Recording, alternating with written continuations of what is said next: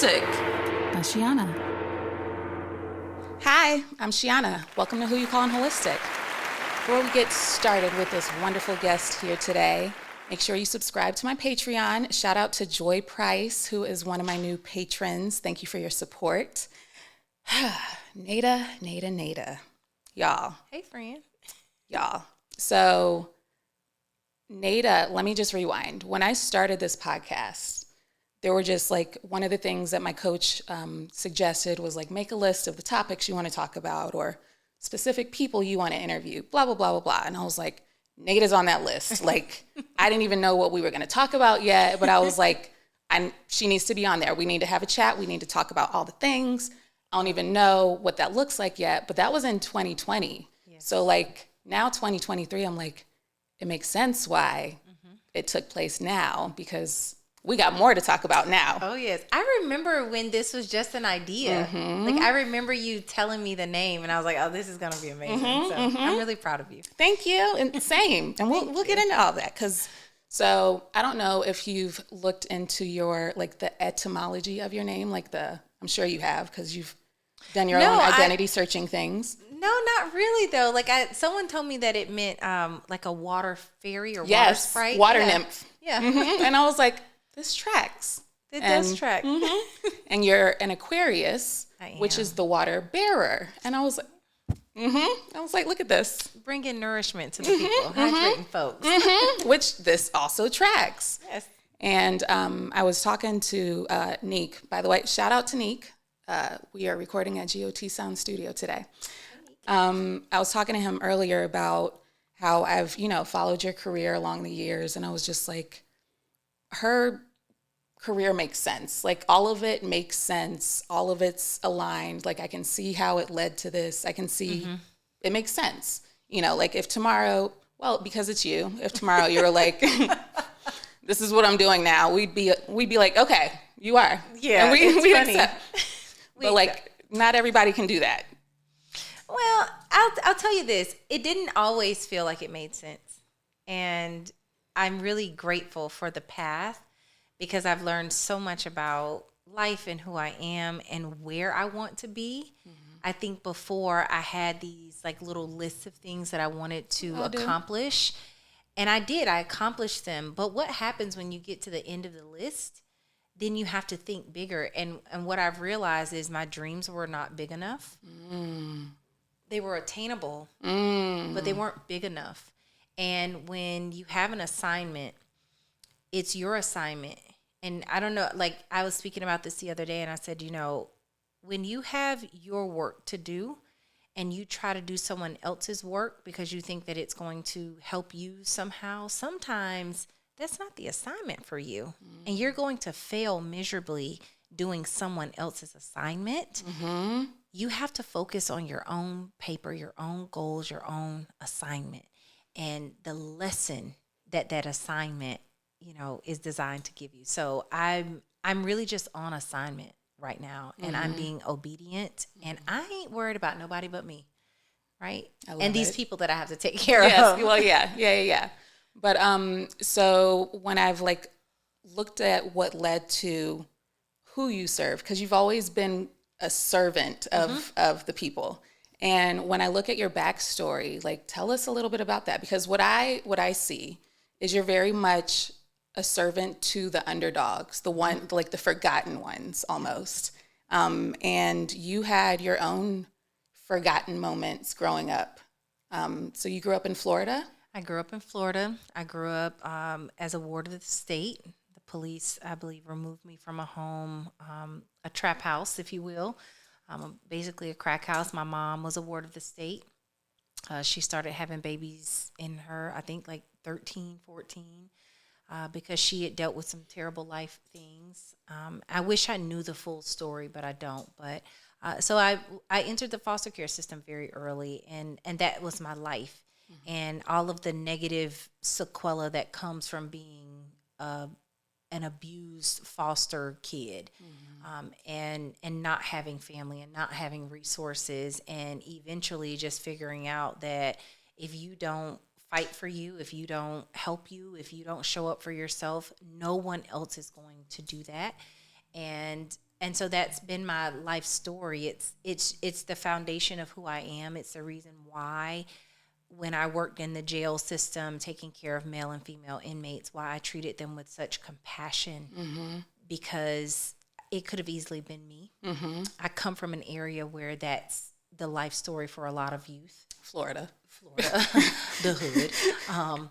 But also there is a beauty to that underdog side of life when you see someone who is literally at rock bottom and you get to see them again, or you get to pour into them during a low moment.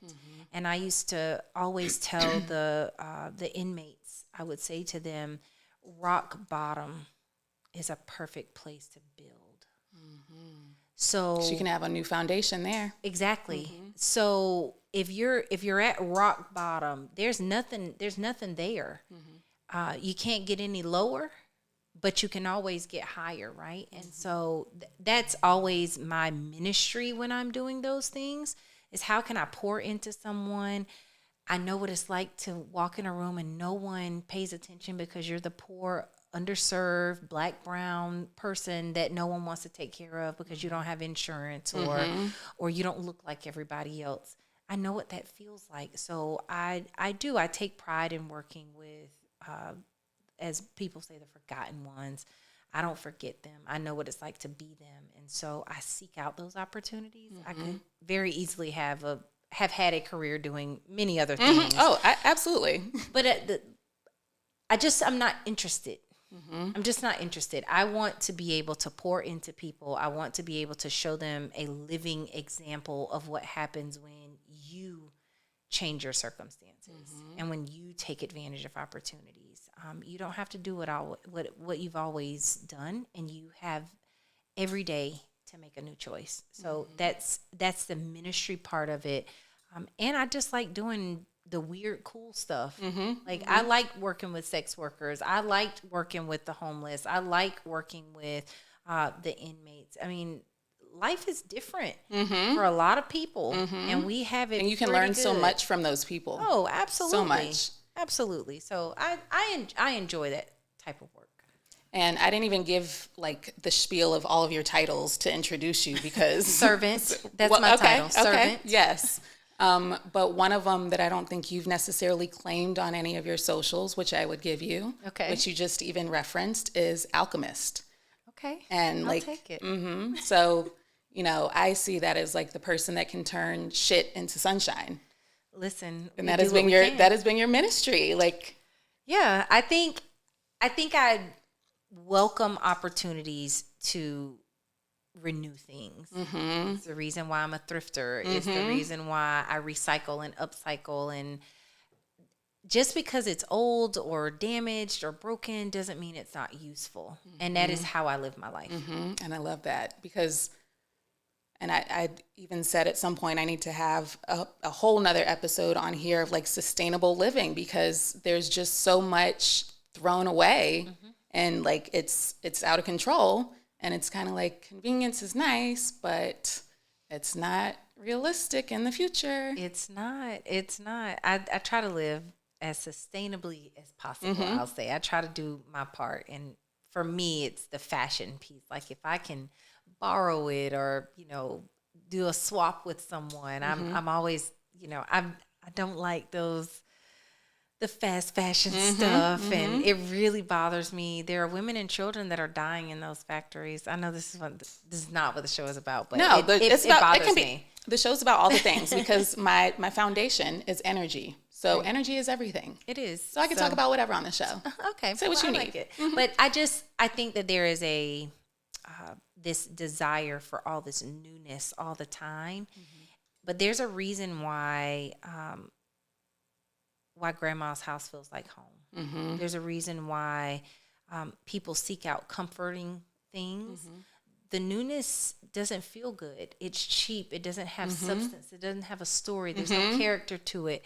I like finding a woolly sweater that maybe someone's grandmother wore. Maybe that was Big Mama's sweater, and I'm wearing it around, restyling it. I like the history of things, and I like things that have some wear to them. I don't like all the fancy new stuff. I like luxury. I like, to look nice and that sort of thing. But I do prefer to have things that have a little dirt on them. I like that. I like that.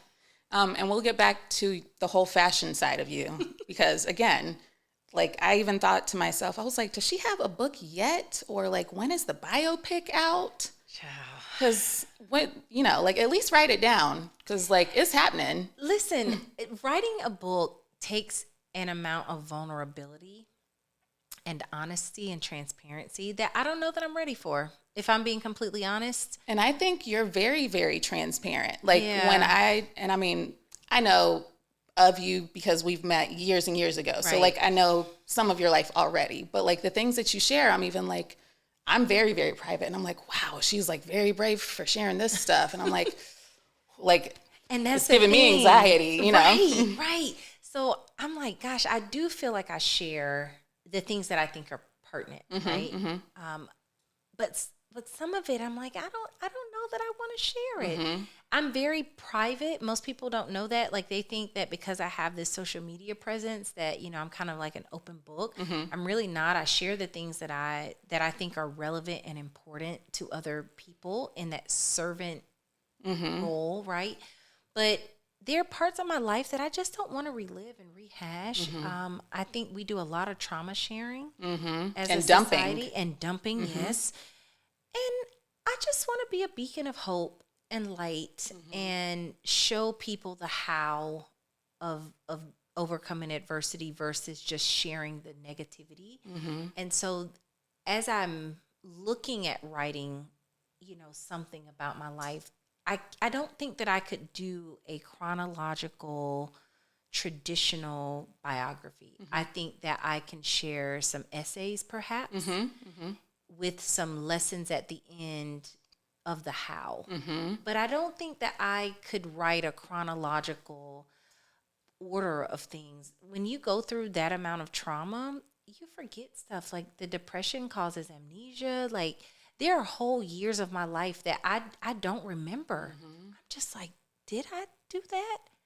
Like I'll meet people and they'll say, oh my gosh, you changed my life. And I'm like, I don't even remember you. So it's interesting. I don't know that I can physically do that to myself, but I do think I could share a series of essays that I think would be helpful. Yeah. And like, it's very much whatever you're called to. Cause I can see you writing whatever and people like, I've had this conversation with my listeners and like with a friend. A lot of us are here to, and I've seen a reference about this with people having locks and keys to help, lift one another up and get you to like the next video game level or whatever you want to call it. But I feel like there's certain people here, whether or not they necessarily chose that route for themselves, right. They're put in that position and it's like, well, I need to own it. But there's certain people out here whose voices, just their voice, activates something within other people. So even if you don't remember those people, like just your voice sharing like something simple activates other people and like makes them think differently. And like, so I feel like just your voice being shared in whatever medium or however that looks, helps other people out and helps them see that beacon. I agree with you there. I do think that a part of my journey has been to accept my light. It has been to acknowledge that there are multiple talents within us, right? But I think one of the things that makes me unique is that I do have a light. People are drawn to me. There's a certain magnetism. And like some people could hear that and say like, oh my God, well, that's a cocky thing to say or that's arrogant. But it really isn't. I like without speaking sometimes there's this energy field that surrounds me and people are drawn to that. And I can sense things in people. I sat next to a woman on a plane the other day and I told her, I said, you don't know me, but I think you need to schedule some time for yourself. I think you need to. And we ended up having like a 2-hour conversation on an airplane. We're up in the sky and she's crying, saying, like, I appreciate you saying this to me. Like I literally am, working and I'm so stressed out and I literally don't know how I'm going to do it all. And I said, you're not going to. You're going to schedule some time for yourself. You're going to learn to say no with a period at the end and not an explanation. And we had this like whole exchange. And I never talk to people when I fly. Like, I am like the most antisocial person when I fly, because I'm usually like, no, I just want to take a nap. But something was just there, and we ended up having this like beautiful conversation. And she thanked me. We hugged, and so I know that there's something within me, and I'm owning it more now, and I'm being more responsible with that light. I think. With great power comes great responsibility. I don't know about the power part, but I do know that people are drawn to me, and how I choose to share myself with others is my responsibility, and I get to control the inputs and the output of that energy, but I also get to have boundaries so that when I'm giving, it's from a place of excess, not from my reserves. Right. Does that make sense? Yeah. No, I speak about that all the time, because I very much say, with what I do for work, I always want to be giving in a space of overflow. If I'm not working in that space of overflow, then like I don't want to work, because I get resentful about it. And I feel like, that's burnout for a lot of people, and people don't recognize those clues. But, for me, I even tell people, or my clients, because I work with a lot of women, and a lot of the women are caregivers, caretakers. They're also the first one in their family, the generational curse breakers. Like, I work with a lot of those people. And I'm like, if you don't make time for yourself, if you don't schedule the self-care, if you don't, let that shit go from the things that you're holding on to, like, it will eat you alive. And like, you can't help other people, because you're coming from a space of, your glass isn't even half full. Like, you may not even have a drop. The glass may be dry. Yes. Let's talk about it. And I think that in a spirit of servitude, like, I always am thinking, like, how can I help someone? How can I be of service? But I had to realize that I have to take care of me too, and that I have to be in service to myself first. And so I'm not on the committees. I'm not doing all these, millions of things anymore. And I say no, and I mean it. I turn my phone off. I route my calls. I schedule time daily for myself. And it is just as important as going to a doctor's appointment for me.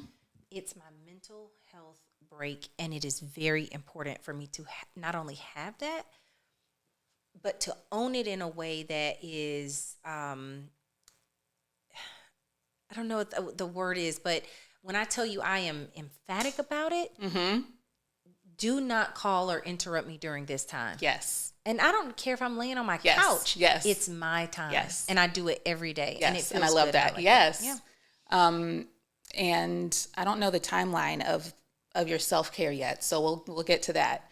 But or no, let's go ahead and jump into that, because we're already improved tremendously. Well, yeah, and that's where I was. So in 2020 is when you had your did the store close in 2020? Yes. So I was working. 2020 was 2019 started a spiral down for me. Well, I'll say it started in 2018. And then 2019, it just really kind of came to a head. By the time I got to 2020, even though I had all of these really positive things happening in my life, I also personally had some terrible, awful, horrible things happening.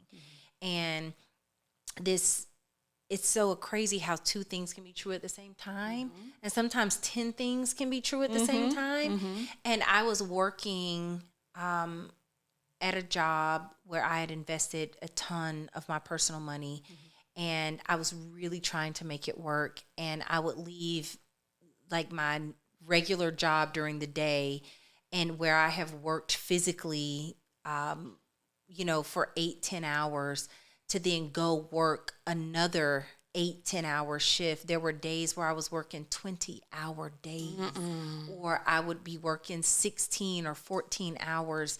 And I was exhausted. I was in such a negative, resentful, hurtful, hateful place. And to anybody out there who may hear the sound of my voice today, that maybe I was not kind to you, or or I was maybe short or abrupt or just not my best self, I apologize. I've tried to right those wrongs, but I was so inundated with work because I was trying to make things work. I had invested so much money into this business and so much time and so much energy. My life was changed. I was doing things that were new and I'm trying to navigate different spaces, and it was awful. And back to that, when the assignment is not assigned to you, you're trying to help somebody else do something, it's never going to work out for you. And you'll see this other person thriving, surviving, like literally living their best life. And you're like, it's almost like you two are living in the same house, and one of you, your credit score isn't affected. You're buying new cars, clothes, shoes, taking care of everything. And I'm over here struggling. Credit score dipped to the 400s. Right. After I worked for years to get it into the 800s. Like, it was like the most awful, terrible time. But I also made history and won an election. And I had this other business that was, holding on and trying to survive too. It just was a lot. And 2021 came around and I'm working, but I'll tell you, my life changed in 2022. I was going for a routine mammogram. I get, this awful diagnosis, and I think the world just went like static. You remember when we were little and like the TV would go to static? And that's what my life felt like in 2022. It felt like static. Like I couldn't see a clear picture at all. There would be like these little glimmers. I was physically debilitated. I mean, it was awful. I had to have a double mastectomy, reconstruction. I ended up having like 8 procedures in a year. It was horrible, terrible on my body. And I made myself a promise. I've always been a hard worker. I've always been in service to other people. And I made myself a promise that when I could, that I would take better care of myself, that I would play. And I mean that. Like, I mean, I would play. I would go for walks. I would take better care of my body, my mind, my spirit, my spirituality, like all of it. And it changed me in a way that I think only a diagnosis like that can. So now my mission is to share with others. Don't let it be a diagnosis. Like, don't let the phone call that tells you that you have cancer or that something's bad, don't let that be the thing that changes your life. Just change it. You deserve it. I'm in a self-care like heaven right now. I spent, 2 days at the spa recently. I take vacations. I find little pockets of time You to have play. And I am my happiest, healthiest, most joyful, peaceful self. I've never experienced this amount of peace in my life. And it's like nothing is worse than what I went through in 2022. Like nothing. And I'm just like grateful, I'm just happy to be here. So, and it shows. Yeah. I feel like I have like that light that I talk about. I feel like it's just like pouring out of me in some way. It's expanding. No, it's expanding. Right? Yeah.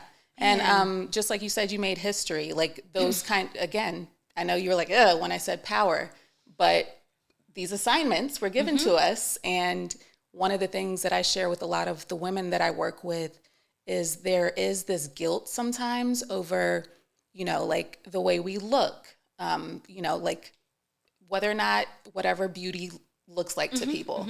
But like if you carry this beauty or again, that magnetism that people are just attracted to, that light, there's this guilt that comes with that sometimes. Like, I'm not trying to be that way. Like it just comes. But then I tell people like, imagine if we were animals, right?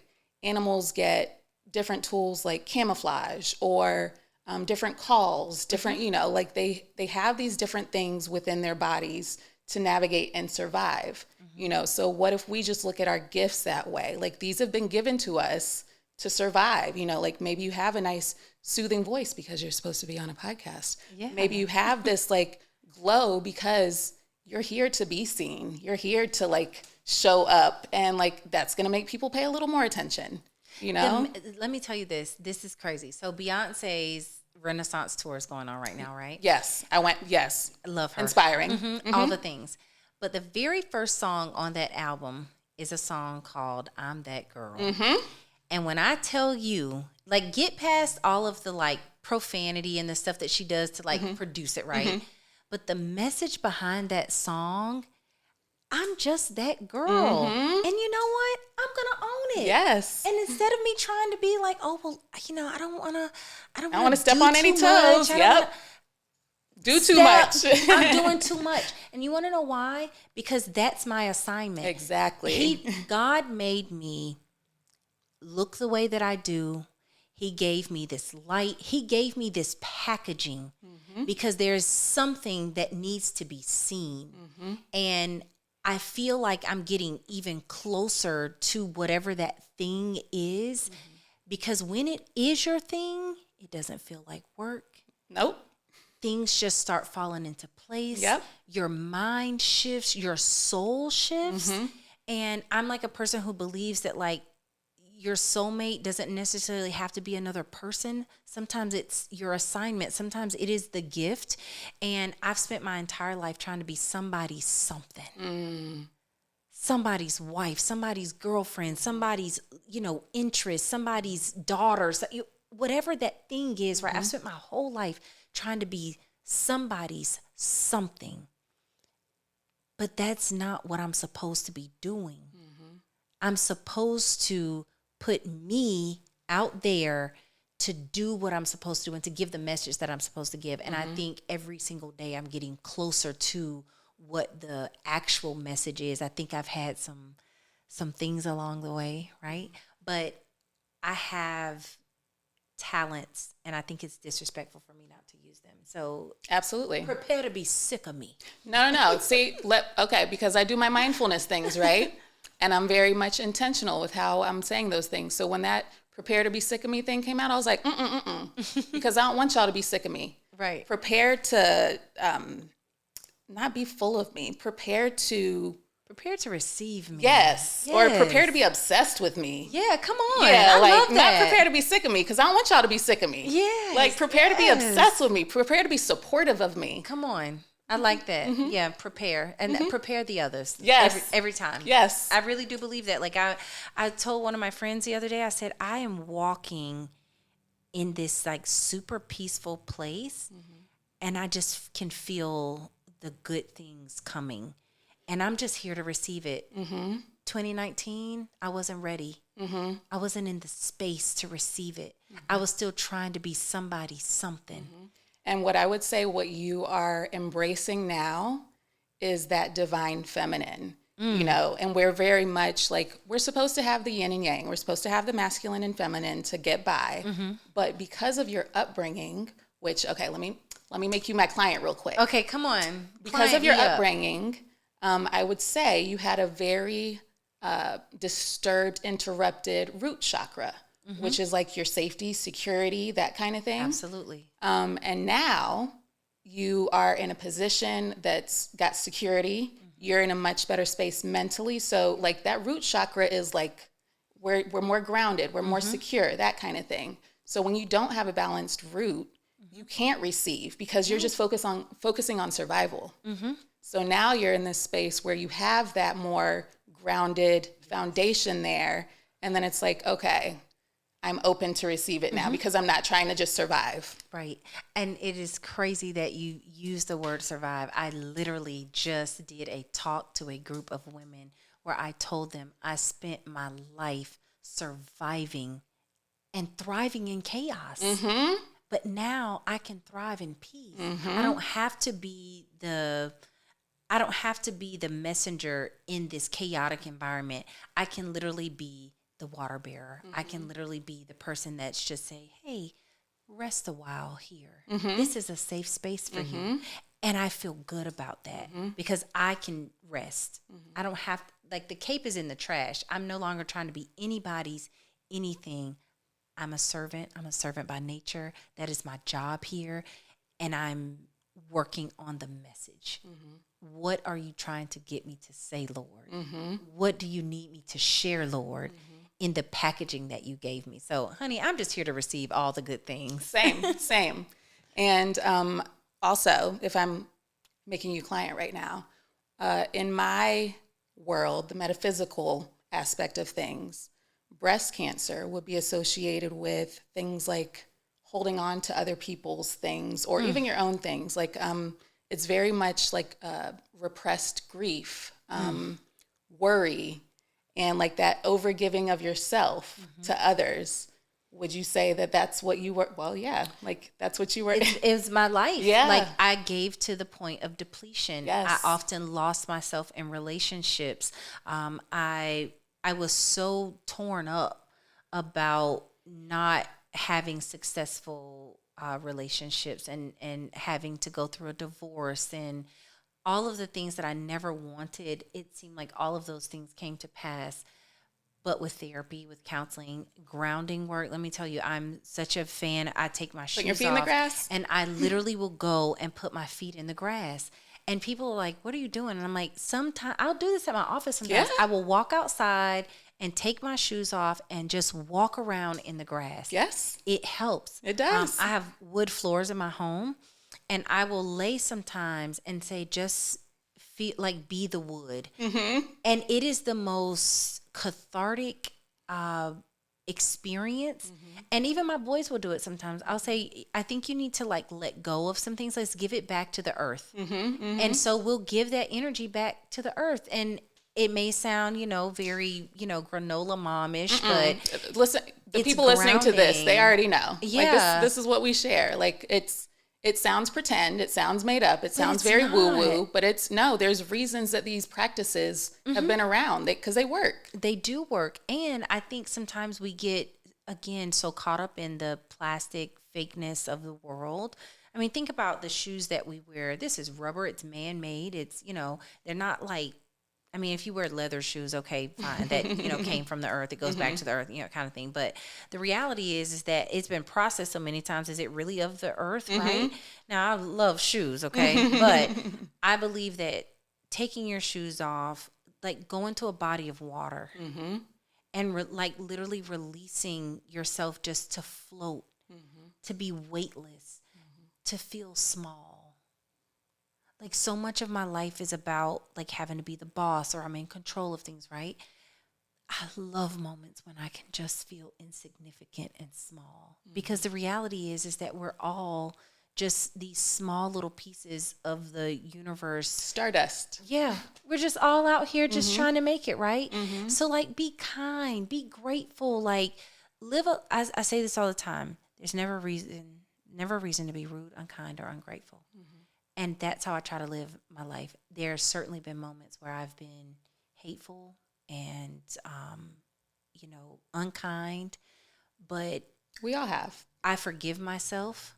It's not the other person's job to forgive me because they can hold on to whatever they want to hold on to, but I have to let it go. And so I've chosen to do that in my life for every negative experience I've had. And I think that's why I feel so free now. I've just let it go, whether they were friendships that fizzled out, whether they were relationships that didn't last, whether it was a job that I really wanted and it never came to pass. I just let it go and I give it back to the earth and I just say, hey, it wasn't meant for me. It's either a not yet or it may be a no. I'm cool with that though. You have to be. Yeah. Or like you're stuck in that static that you felt. You're stuck in that mentally. And it's funny that you mention, like the principles that you live by every day, because, I'm a Reiki teacher. And every day I say these Reiki principles that sound very much to like what you just said. It's just for today. Do not be angry. Do not worry. Be filled with gratitude. Devote yourself to your work and be kind. That's it. It's a great like mantra to live by, right? I don't have a reason to be ungrateful. My life is a testament to kindness, to people showing up when they didn't have to somebody giving me a chance, an opportunity. I had to take advantage of it, but I'm here because of those principles, right? I learned very early that defiance would not get me anywhere. kindness, saying thank you, knowing just simple human courtesy is the thing that has gotten me through my life. So there's no reason for me to be ungrateful. There's no reason for me to worry about where I'm eating tonight. Because there was once a time where I went to bed hungry. I'm just happy to eat. I don't need all the fancy, people say all the time, I live a simple life. Doesn't mean I don't live a luxurious life. It just means that I don't worry about where that is coming from. Right. I have there's a book, what's her name? Nicole Walters, I believe. The name of the book is Nothing is Missing. And when I tell you that is my life, nothing and no one is missing. Everyone who is supposed to be in my life is here. And if it's for a reason, a season, a lifetime, I don't know. But I don't care. I'm just grateful for the experiences that I have right now. So, and I of course reference especially when it comes to manifesting things and stuff, all we have is right now. And, even when you talk about the things that you want to happen, speak of them as happening right now, because all we can worry about or not worry about is right now. That's it. Anything outside of that is going to be stressful sometimes. And I don't have time for it. No. I am just here to receive the gifts. I have put in the work. And I know there's more work to do, but right now I'm just receiving, man. I don't know. I have just a calmness. Even my children, they're like, Mommy, you're just so calm. You look so happy. They've seen me cry. They've seen me be destitute. They've seen me be down. And I love that they can see that their mom is just at peace. And it's not because of anyone. It's not because I'm, people are always are you romantically involved? I'm like, you should just worry about Jesus and not me. But I am happily in a relationship with myself. And that's it. And that is all I worry about. Yeah. Not even worry, but it is the only focus of my life is what Naida needs, wants, and is trying to do. And I just had this conversation with one of my other guests recently, because I've obviously had a different path, even if I have been in relationships, they've been very private. They have not made any sort of public appearance on the interwebs or any of that stuff. But I don't have children yet, that kind of thing. So my identity has very much been what you're embracing now, not what you, because you've known it, but it's now you have an opportunity to have it or to identify with it. So the guest that I had, I was telling her, it would drive me insane. It still drives me insane when I see somebody's profile and they have all of these other titles before before themselves. It's but the first title is wife. You said, you were somebody's everything else. Wife, mother, employee at blah, blah, blah, blah, blah. And then it'll be a fact that they love about themselves. And I'm what if you strip all that away? Who are you? Who are you? A meat suit, obviously, but who are you at the end of the day without those titles? And where do you place value? I've learned that the most valuable things in my life are the time that I spend with people that I love, but more importantly, my alone time. Ooh, I'm protective of that. So protective. And I spend more time alone now than I think I ever have. I enjoy it. I enjoy being alone with my thoughts, where there was once a time in my life where I ran from them. I enjoy I think that's something that's taught, though. Oh, absolutely. We're distracted on purpose. Yeah. But I love to feel. There was a point in my life where I just was numb all the time. I didn't want to feel, I didn't want to believe that someone loved me because then they would leave me. I didn't want to believe that someone cared about me because then they could not care, or don't tell me that you think I'm pretty because there's going to be a day where you don't think I'm pretty, and then then what happens, right? I don't want you to place me on any sort of pedestal, right? So I'm very much okay with just being by myself and just accepting whatever the universe has for me. But I'm being very intentional about who I spend my time with. Absolutely. There's 5 people, and if you're not in that 5 inner circle tight, don't make an appointment. Yeah, make an appointment. And I'm being serious. Yeah. And people get offended. No, I'm y'all know, I'm very much hermity. And I talk about this thing, human design. You may have seen me post about it sometimes. And I'd even be curious what yours is because I'm sure there's similarities. But my design is role model hermit. I'm here to like very much share the message, show up, do the things, but like leave me alone now. Yes, because I need time to recharge. And get more information. Listen, because when you have this light, when you have this gift like you have, right? When I go out into the world, I'm sharing that. And lights are bright, right? But they can get dim if you're using too much of the power, right? And so I have to have time to go back and, reset and recharge and recalibrate. And I share so much about, things. I do motivational speaking and that sort of stuff. But when I do those things, I am empty because I give it my all. And now I'm working on saying, you know what? Not everybody needs to hear the story.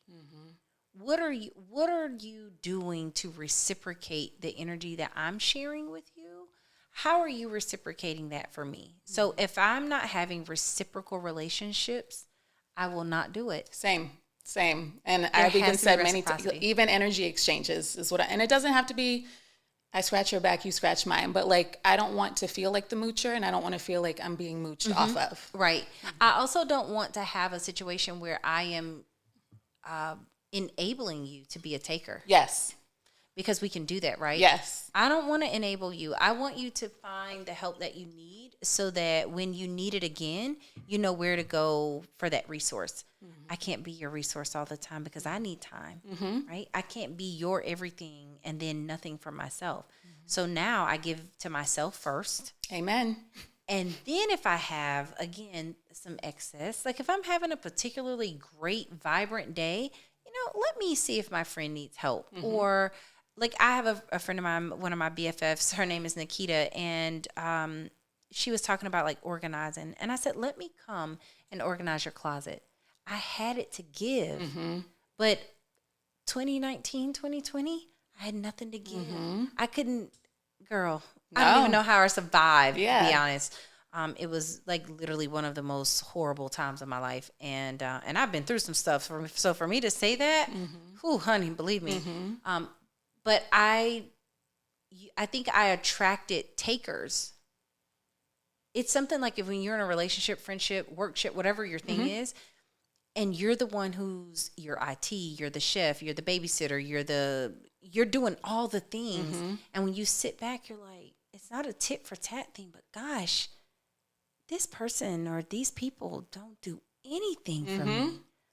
Like, when do you help me? When do you say, hey, cape off. Right. This is a soft place for you to land. Right. And boy, 2019, 2020 that's what it felt like. It felt like I literally was enabling the worst takers of my life. And I was sucked dry. And I think, especially for people that do the kind of work we do, there's also this level of, like that collective consciousness. So like a lot of times we feel just the overwhelm of what other people are going through. So like we get not like an added razzle dazzle of it, but a little bit sometimes. Yeah. And I feel like, a lot of people were at a deficit then. Like they couldn't give. And like we felt a lot of that with what we do and how we moved. So but at least like sometimes it takes that awakening to like clear the space. So I purged. I literally went through my house, my drawers, like everything. And I said, I've got to clear my space, clear my mind. And I'm a really firm believer that if your space is messy, then your mind is cluttered. Absolutely. And so I'm not a particularly neat person, but I have certainly realized that the mess of my home is often the mess of my mind. And so when I take the time to clear that space, then I'm better for it. And I really have done a lot of like self-work to make sure that things don't become overwhelming. So like I have this thing called Tidy in 10, like TIDY in 10. And it's where I just take 10 minutes of very focused. I can't pick up my phone. I can't do anything other than clean that space for 10 minutes. But when the 10-minute timer is up, I'm done. And it keeps my house in order. So at the end of the week, I'm not having to clean up, reset for 3 the whole hours. thing. And it takes 10 minutes a day. That's it. And it has been a game changer for me. One day I'm going to, copyright that or trademark it or something. But it's very helpful, and it's been helpful for me as a mom, as the coroner, as all of these things, to be able to give the time allotments in an appropriate and proportional way so that it doesn't overwhelm me. And that's a part of self-care. And I would even say, you know, those moments that you're called to do that, those are those moments that you're expanding too, right? Because you've got to make the space to clear for more good to come, right? I like that. I like that a lot. But I would agree with you. Yes. So even like, I know the other day I was like, let me clean my kitchen floor. And I'm like, oh, what we got going on if I need to clean my kitchen floor? Like because that's a very like spiritual space, you know, like you're nourishing yourself in the kitchen. Right. Conversations are had in the kitchen. And I was like, oh, what we got brewing? Yeah. What y'all got brewing up there? I'm ready for it. I'm ready for it. I'm ready to receive it. Let me clean this space up. I like that. I like that. Yeah. So now that you are a coroner, and again, like I've watched the timeline. So in my head, I'm like, duh, this makes sense. But like of all the careers, of all the things to choose from, and even like when I was researching coroner things, I'm like, this is what, like 68% male dominated force, mostly white men, of course, duh. But like, yeah, like what, I want that one. Give me that job. How'd that happen? Okay, so I've always been fascinated with death in some capacity. Right. So I was the kid in middle school looking up serial killers. Okay. Not because I wanted to kill anyone or any of those things, but I have always just been fascinated with the human body, how it lives, breathes, but also how it dies, how it breaks down, how it returns itself to the earth. And so I've always been fascinated with that. And I'd never heard of a coroner before. Like, even in all of my like readings, I just don't remember reading about that job, right? And so my foot hurts. I got to take my shoe off. And so I met a girl when I was in nursing school in 2006, and she drove this car that had blue lights on it, but she was not the police. And I was like, what's up with that? And so I'm talking to her and asking her a million questions, and she says, well, I'm a deputy coroner, and this is, you know, what I do. And I'm like, wait a minute, there's a job where I can be weird? Sign me up for that, okay? And so I was obsessed at that point. And so I set a goal.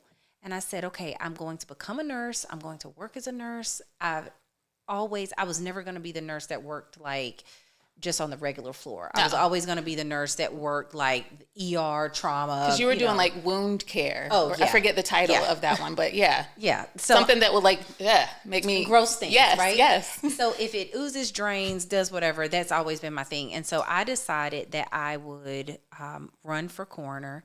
It's an elected position here. And I said, I can't do it right now, but I am going to do it. And I set a timeline. It was a 14-year goal. So when I ran in 2020, you know, everyone was like, what? And I said, yeah. Like, and you were like, this was planned already. Yeah, but it wasn't like I didn't talk about it. Like, I told people I was going to do it. No one believed me. And kind of like you said, like if you said, okay, well, tomorrow Naida's decided she's going to buy an airline company, most people are like, all right, well, that's what she says she's going to do. She's going to do it. And I have that, you know, way about myself. And so I set a goal, and I did the things in nursing that I thought would prepare me to be in that type of role and to be in that sort of leadership and to be able to handle that. And when I ran, I gave it my all. It was grassroots completely. There were people donating $5 because you can't run a campaign and not raise money. Right.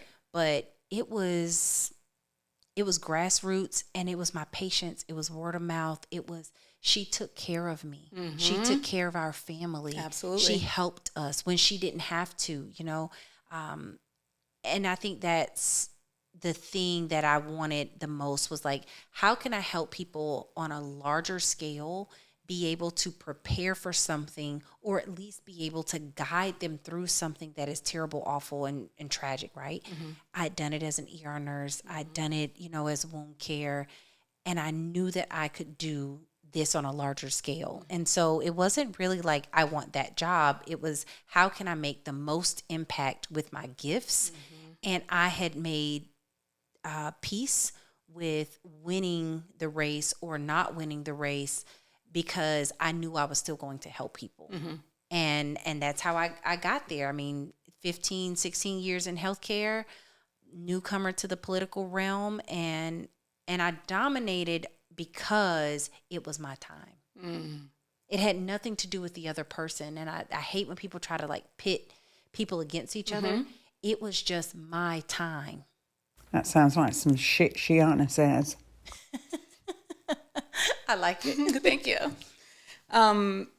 Yeah, no, and I completely agree with that. So what is like, because you're obviously not working a 9-to-5 life, what does a day in the life of a coroner look like? Because in my head, just Googling information, I'm like, is she just like checking out deaths every day, or like dead bodies? Is she just showing what does that look like on a day-to-day basis? Okay, so day to day, I wake up about 3:30, 4 o'clock every day. Witching hours, by the way. Yeah, there you go. Grieving hours, by the way. And so I review cases, but it's the best time of day for me to think.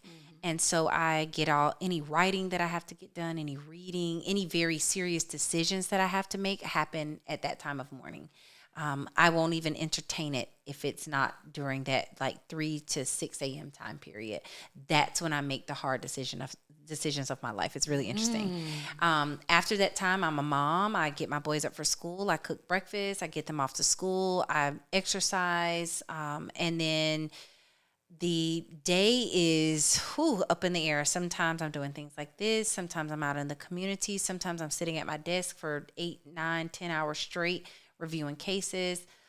Sometimes I'm at autopsy. So it really varies, but the most consistent day, if you will, is that kind of early wake up time, gratitude exercise, work until about 6, 7-ish, take the kids to school, and then office things. So whatever those things look like for that day. And when I say office, I mean, I could be on a scene. I could be at an autopsy. I could be at a, council meeting. It just depends on the day.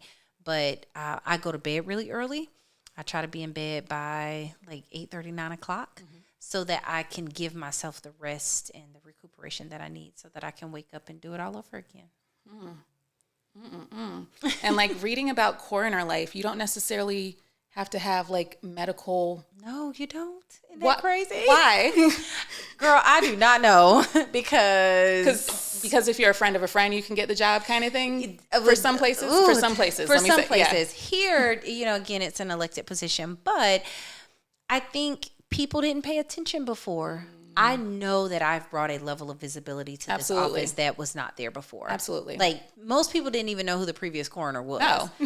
I still couldn't tell you. Even with my research, I'm like, it's Naida now. Yeah. So. And so it's funny because people tell me all the time, you don't look like a coroner. We'll get used to it because this is what she looks like now. Praise God. Okay. So that's the way I shut that down. If I had literally had a penny for as often as people told me that, I would really be a multimillionaire right now. It is the most common thing people say to me when they find out what I do for a living. And I wonder, if it's like, is it like an offensive thing, or if it's just like I like this shift, or like they don't know how to feel about it yet, because like there's a lot of people that I've met, and I can't even say you don't look like if anything, it's like you don't look like a Stacy. Right. But like job titles and stuff, like, I have a friend, Chef, I call her Chef Amanda. And I even told her, I was like, don't be offended, but you don't look like an Amanda. And she was like, I don't think so either. And I was like, okay, cool. Yeah. But like for a title. Girl, it's crazy. What's really interesting is the number of women who say that to me.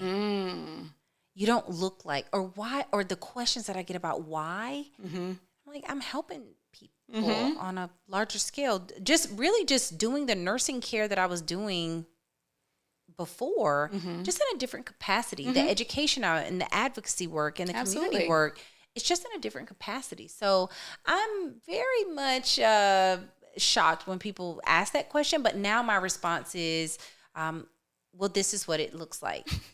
And I said, I've said to people before, what do you think I should look like?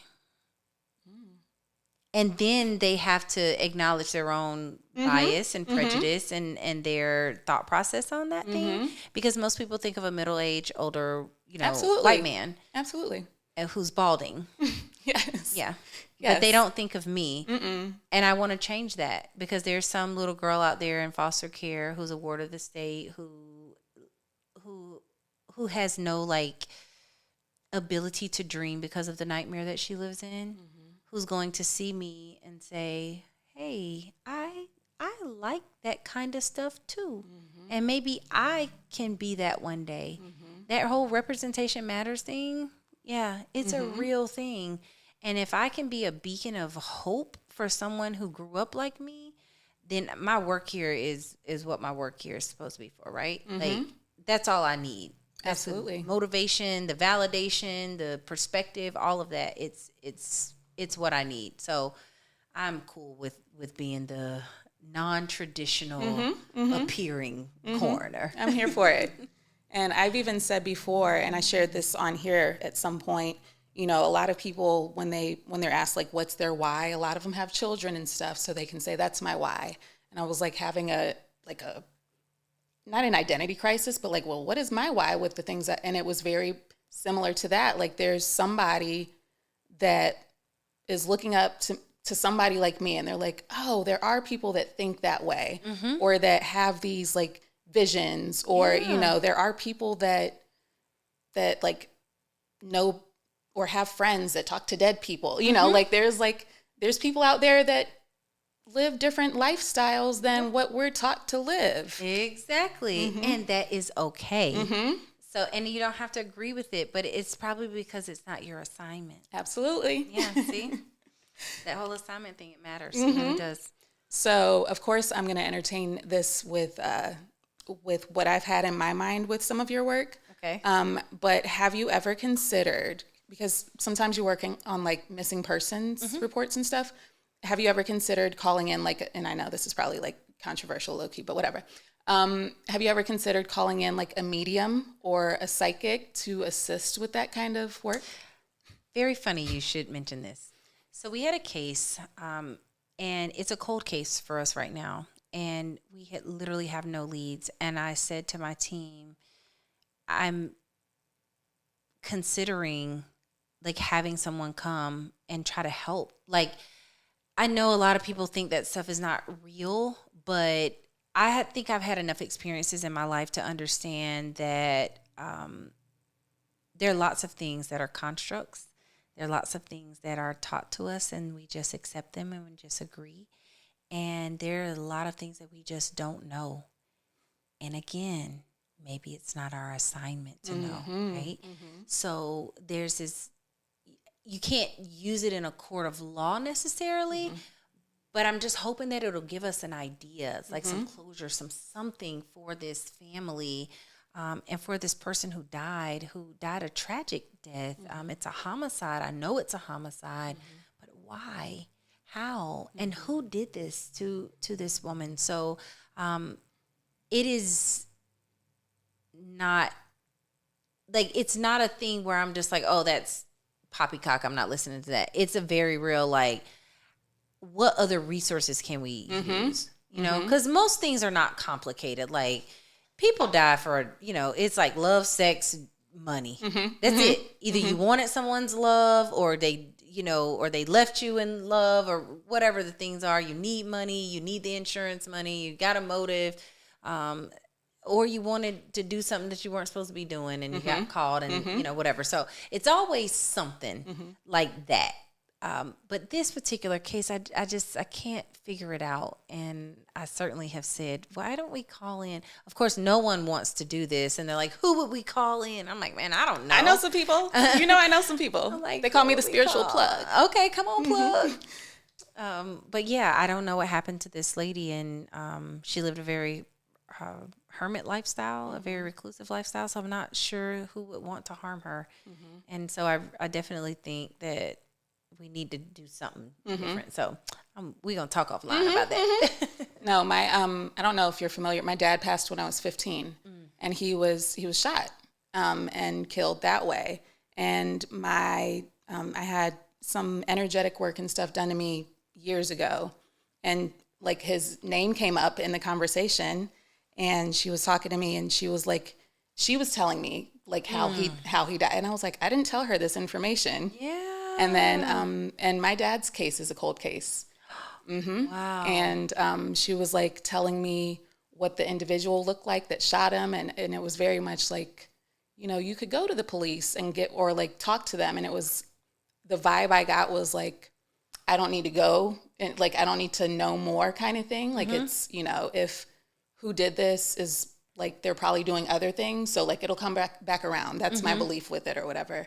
But like she explained what this individual looked like, what the scene was that took place. Oh, wow. And I was just like, yeah, like, and as she's saying it, I was like I can absolutely see how all of that went down because of the logistics of it all. Right, and right. I was like, how she know this stuff? So Yeah, it is really, a thing. Yeah, it really is a thing. And if people don't believe that stuff like that exists, it's like, I don't know what realm you're living in, but like, just because you don't know how to do it or access it or receive it doesn't mean it doesn't exist. So I'm here for all the things. And a lot of it's a fear because, you know, we fear what we don't know. Yeah, And it's absolutely. just like you just don't have enough information on it. That's all. That's it. But you can learn. But some people, again, you have to be in a space to receive knowledge. And I find most people are not in a space. I mean, they can't even receive knowledge on themselves, like leave the bum that you're dating or, you know, this person is using you or this is a negative and toxic situation to be in. So, yeah. And we get the nudges. We just ignore them sometimes. All the red flags.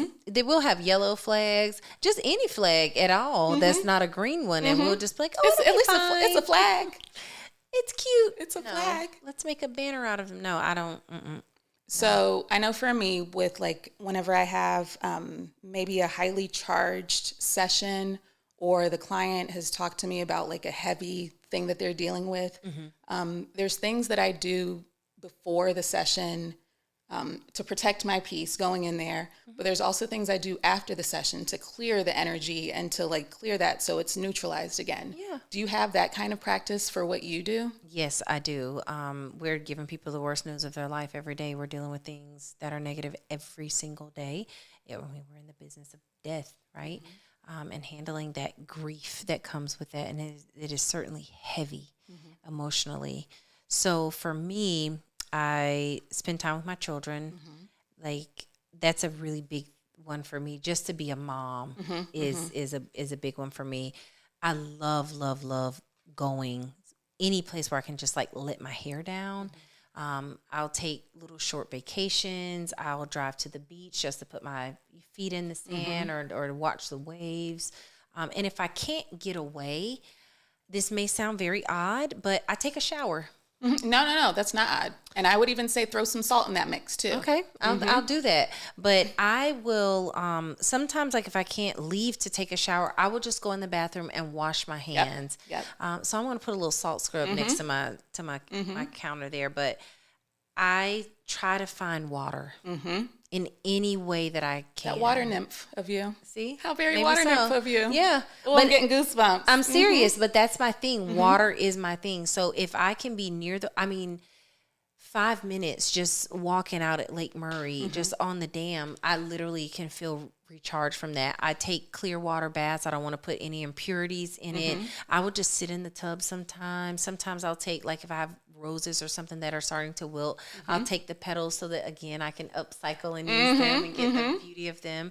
But I don't do anything that doesn't allow me to have like water access. So that's my regrounding, my like if I meet with a family and it's been a really tough session, I'll go in the bathroom and just wash my hands until I'm calm again, like letting that water run over my pulses.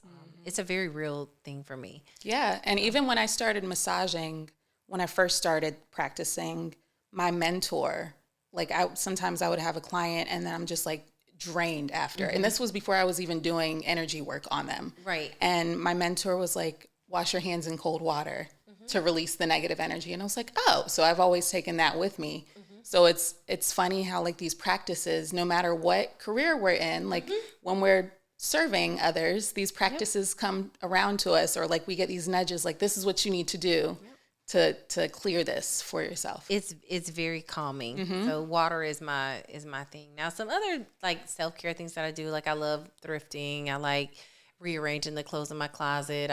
Sometimes I just go home and just take pictures in pretty dresses, and that's my thing. And I'm here for that too. Yeah, I like to feel pretty. So if I feel particularly ugly that day, or I feel like the things that I've dealt with are just that ugly, sometimes I just go and create like just beautiful moments. And sometimes all I have got access to is just, shoes or clothes, and I'll just. Well, so in like if you were an empress sorceress, which, if you were one of those titles as well, that's just called a little glamour magic. Yeah. It's just like, little glamour magic. And there's there's magic in that too. It's woo woo, but it's a thing that works. Like when you think of the women that have had the power and the positions and stuff, like they put on a little lipstick and then like lives are changed, right? Yeah, come on. Glamour magic.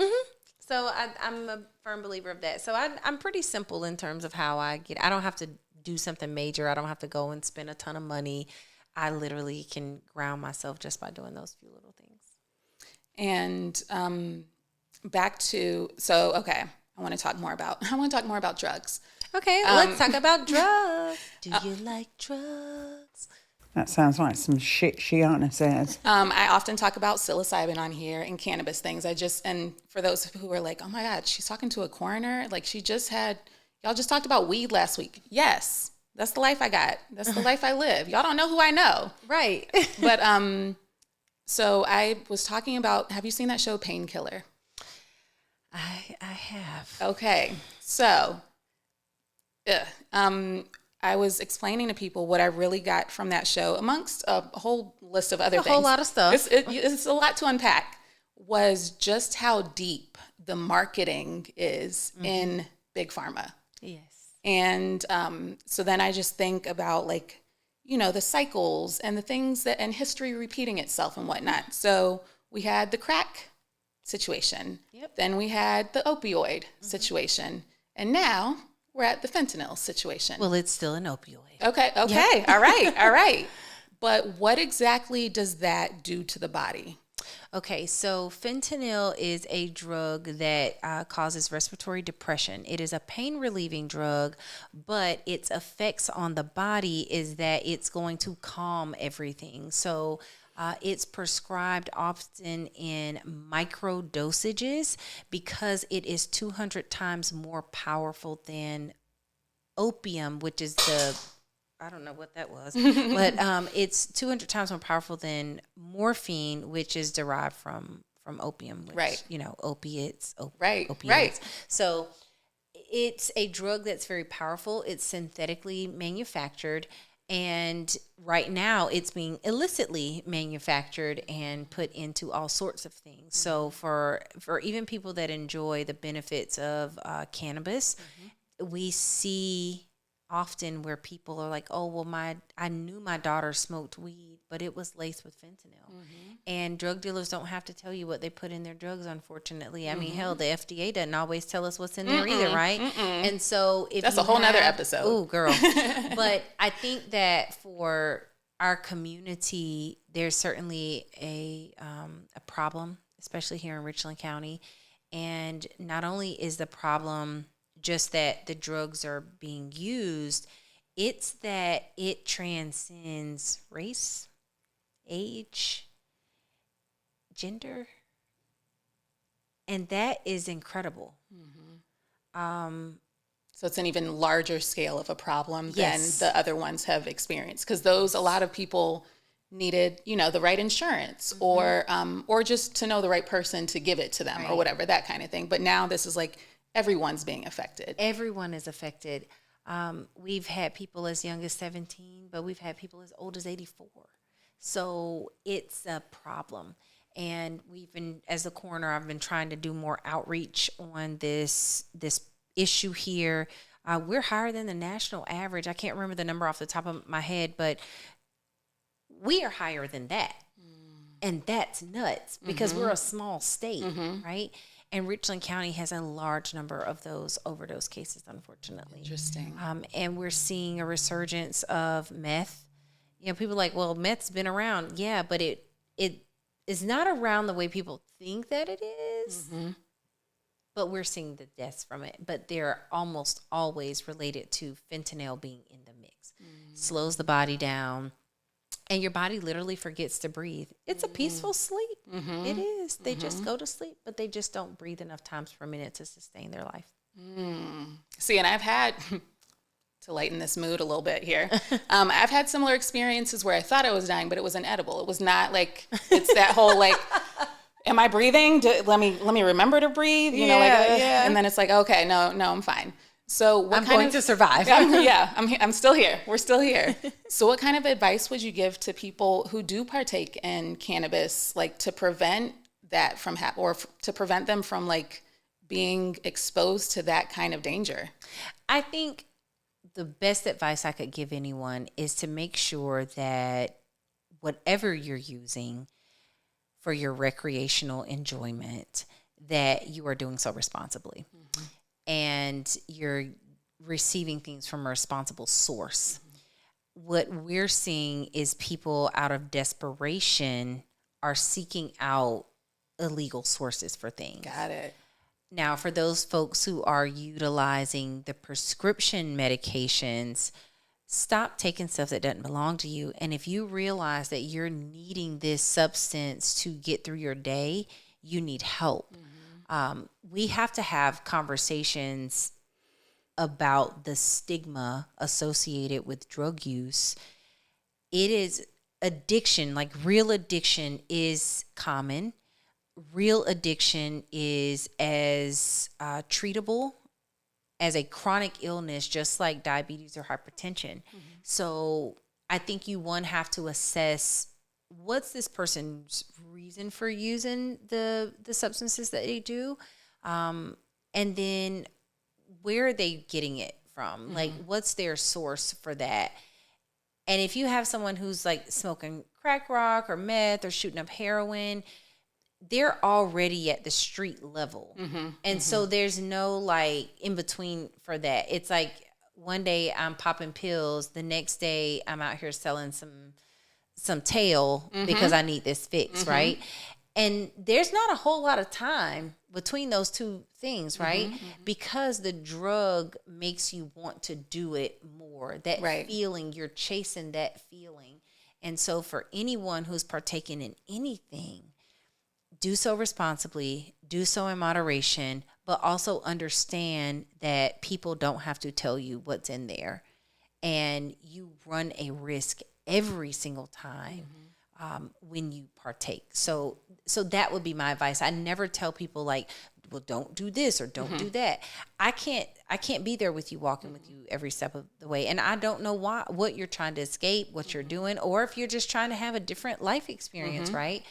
But there are some safety things that you can do. So if you're a young girl going to a college party and, you used to do edibles with your friends back home and you're in a new space, you're just trying to relax, have a good time, it's probably not a good idea to do that with someone that you've never, ever done that with before. Or if you are with a trusted source and you start to not feel okay, do you have enough sense to have a code word with someone that's not with you to be able to say, how was the show? And they know that means you're in trouble and you drop your location and they come get you. Do you get what I mean? Yeah, no, I have a friend, and I suggest this to a lot of people. I have a friend, and I always tell people, if God forbid I were to ever go missing, call her. Like, she always knows my whereabouts, like my location is shared with her. She doesn't live here, but like, she's like an Olivia Pope kind of friend. Like, it's handled. She's going to get to the bottom if there's some fuckery afoot. Yeah, I like to call it. So it's the same thing. Like, just try to be responsible and try to do things in moderation. Those things are not meant to be done every single day. And I think people don't realize that. But for those people who are using things like cocaine and heroin and meth, they are going to use it every day. They are, because that's the way the drug is designed. It's designed to make you want to do it all the time. So That's my advice. And in the metaphysical side of those things, and it's funny, like I shared this on my Instagram story recently because the DEA had a post on their Twitter page, which was a joke, by the way. And it was like, instead of getting high, seek these alternative natural highs. And two of their suggestions, one was build your following on Instagram. Oh, okay. And the other one was spend that time playing video games. Oh. And I was like, what they're essentially doing, because again, the metaphysical aspect of that, that is the same energy center. That is the sacral chakra, which is creativity and pleasure.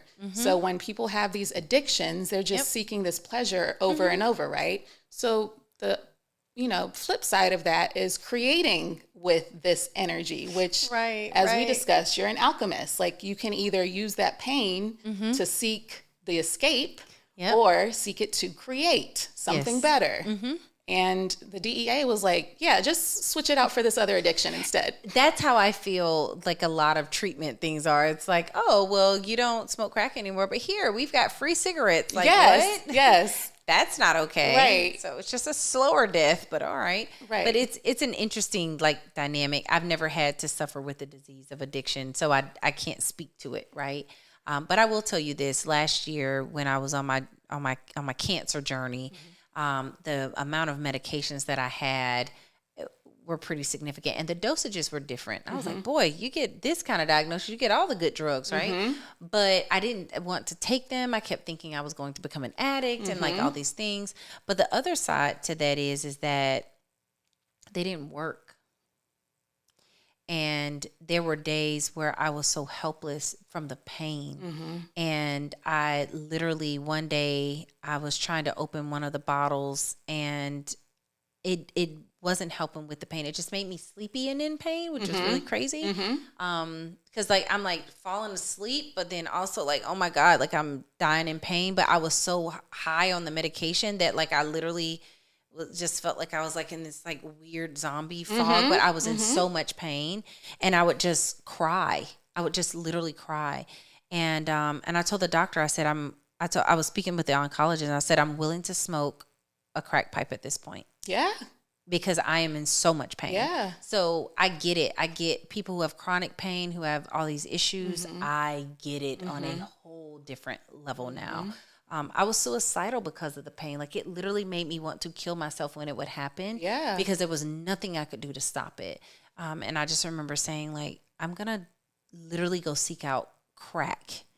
And they were like, okay, let's see if we can find you something else. Yeah. But then you're just taking more pills. It was, ugh. See, and I've had this conversation, like, with what the work that I do too. Some of it's even like, I've found a lot of people in the healthcare industry, they don't want to take medicine. And I'm like, y'all should pay attention to that. Like, there's a reason y'all don't want to take that medication. Absolutely. But in saying that, I feel like those of us who are so connected with ourselves, with our bodies, with what makes things click, those medicines, they don't work.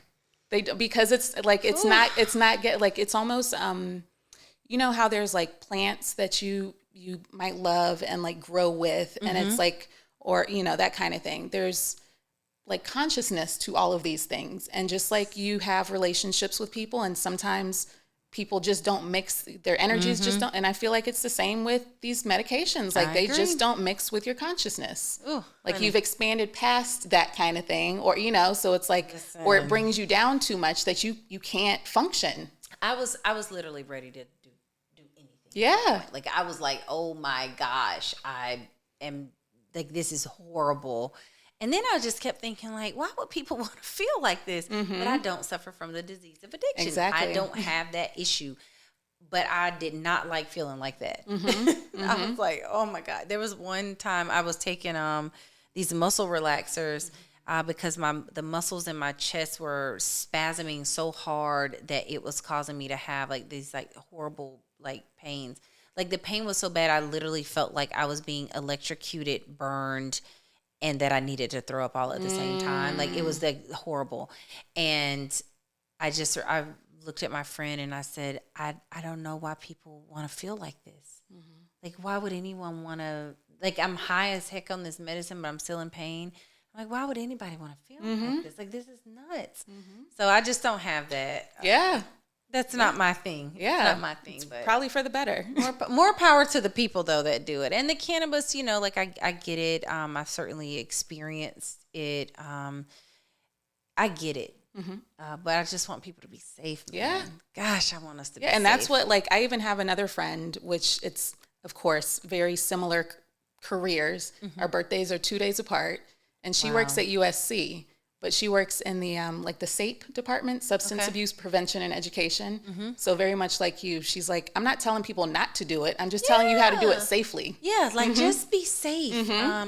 And for our young women out there, man, the young men, however you identify, have a buddy. Yes. Yes. One of you has to stay sober so that you get home safe. So that you don't pick up a drink that someone put something in. Like, it drives me crazy. Yeah. Like when we were younger, you know, I mean, you're perpetually like 20 years old, but I'm 42. And I'm not 20. I'm just like, I don't remember going out with my friends and them leaving me. No.